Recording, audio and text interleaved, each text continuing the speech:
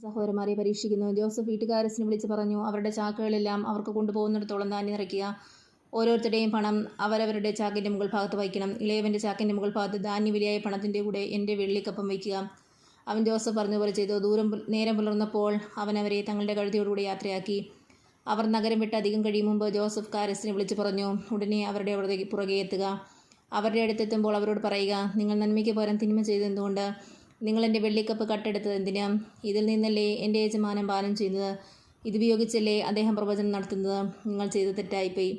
അവരുടെ ഒപ്പം എത്തിയപ്പോൾ അവൻ അവരോട് പ്രകാരം പറഞ്ഞു. അവർ അവനോട് പറഞ്ഞു, യജമാനൻ എന്താണ് ഇങ്ങനെ സംസാരിക്കുന്നത്? അങ്ങയുടെ ദാസമറിയാ ഇത്തരമൊരു കാര്യം ഒരിക്കലും ചെയ്യാനിടയാകാതിരിക്കട്ടെ. ഞങ്ങളുടെ ചാക്കിൽ കണ്ട പണം കാനാദേശത്ത് നിന്ന് ഞങ്ങൾ അങ്ങയുടെ അടുത്ത് തിരികെ കൊണ്ടുവന്നല്ലോ. അപ്പോൾ പിന്നെ ഞങ്ങൾ അങ്ങയുടെ യജമാൻ്റെ വീട്ടിൽ നിന്ന് പൊന്നും വെള്ളിയും മോഷ്ടിക്കുമോ? അത് അങ്ങയുടെ ദാസരിൽ ആരുടെ പക്കൽ അവൻ മരിക്കണം.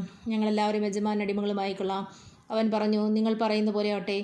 അതാരുടെ കയ്യിൽ കാണുന്നുവോ അവൻ എൻ്റെ അടിമയാകും. മറ്റുള്ളവർ നിരപരാധിയായിരിക്കും. ഉടൻ തന്നെ ഓരോരുത്തരും താങ്കളുടെ ചാക്ക താടിയിറക്കി കെട്ടഴിച്ചു. മൂത്തവൻ മുതൽ ഇളയവൻ വരെ എല്ലാവരെയും അവൻ പരിശോധിച്ചു. ബെഞ്ചമിൻ്റെ ചാക്കിൽ കപ്പ് കണ്ടെത്തി. അവർ തങ്ങളുടെ വസ്ത്രം വലിച്ചീറി ഓരോരുത്തരും ചുമട് താഴെ പുറത്ത് കയറ്റി പട്ടണത്തിലേക്ക് തന്നെ മടങ്ങി. യൂദായ സഹോദരന്മാരൻ ജോസഫിൻ്റെ വീട്ടിലെത്തി. അവൻ അപ്പോഴും അവിടെ ഉണ്ടായിരുന്നു. അവർ അവൻ്റെ മുൻപിൽ കമിഴ്ന്നു വീണു. ജോസഫ് അവരോട് ചോദിച്ചു, എന്ത് പ്രവൃത്തിയാണ് നിങ്ങൾ ചെയ്തത്? എന്നെപ്പോലൊരുവനെ ഊഹിച്ചെറിയാൻ കഴിയുമെന്ന് നിങ്ങൾക്ക് അറിഞ്ഞുകൂടെ? യൂദാ അവനോട് പറഞ്ഞു, ഞങ്ങൾ എന്നാണ് യജമാനോട് പറയുക? ഞങ്ങൾ നിരപരാധരാണെന്ന് എങ്ങനെ തെളിയിക്കും? ദൈവം അങ്ങയുടെ ദാസരുടെ കുറ്റം കണ്ടുപിടിച്ചിരിക്കുന്നു. ഇതാ ഞങ്ങൾ അവിടുത്തെ അടിമകളാണ്, ഞങ്ങളും കപ്പും കൈവശം ഉണ്ടായിരുന്നവനും.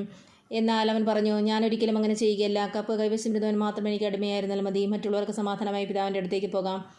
അപ്പോൾ യൂദാ അവൻ്റെ അടുത്തേന്ന് പറഞ്ഞു, എൻ്റെ യജമാൻ ഒരു വാക്കുകൂടി പറഞ്ഞുകൊള്ളട്ടെ. എൻ്റെ നേരെ അങ്ങ് കോപിക്കരുതേ.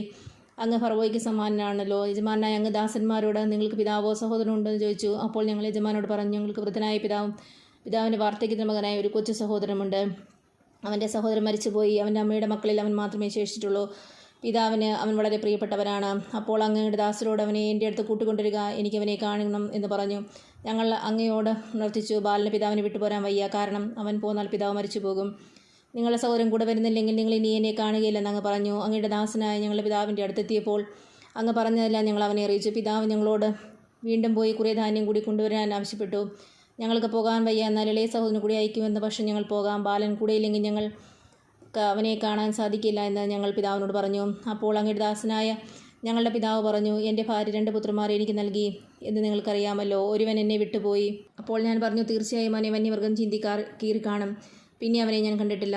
ഇവനെയും കൊണ്ടുപോയിട്ട് ഇവൻ എന്തെങ്കിലും പിണഞ്ഞാൽ വൃദ്ധനായ എന്നെ ദുഃഖത്തോടെ നിങ്ങൾ പാതാളത്തിൽ ആഴ്ത്തുകയായിരിക്കും ചെയ്യുക. അവൻ്റെ ജീവൻ ബാലൻ്റെ ജീവനുമായി ബന്ധപ്പെട്ടിരിക്കുന്നതുകൊണ്ട് ഞാൻ അവനെ കൂടാതെ പിതാവിൻ്റെ അടുത്ത് എന്നാൽ ബാലനിൽ നിന്ന് കാണുമ്പോൾ അവൻ മരിക്കും. വൃദ്ധനായ പിതാവിൻ്റെ ദുഃഖത്തോട് ഞങ്ങൾ പാതാളത്തിൽ ആഴ്ത്തുകയായിരിക്കും ചെയ്യുക. കൂടാതെ ഞാൻ അവനെ അങ്ങയുടെ പക്കൽ തിരിച്ചെത്തിക്കുന്നില്ലെങ്കിൽ ജീവിതകാലം മുഴുവൻ ഞാൻ അങ്ങയുടെ സമക്ഷം കുറ്റക്കാരനായിരിക്കുമെന്ന് പറഞ്ഞ് അങ്ങയുടെ ദാസനായ ഞാൻ ബാലനെക്കുറിച്ച് പിതാവിൻ്റെ മുമ്പിൽ ഉത്തരവാദിത്തം ഏറ്റെടുത്ത് ചെയ്തിട്ടുണ്ട്.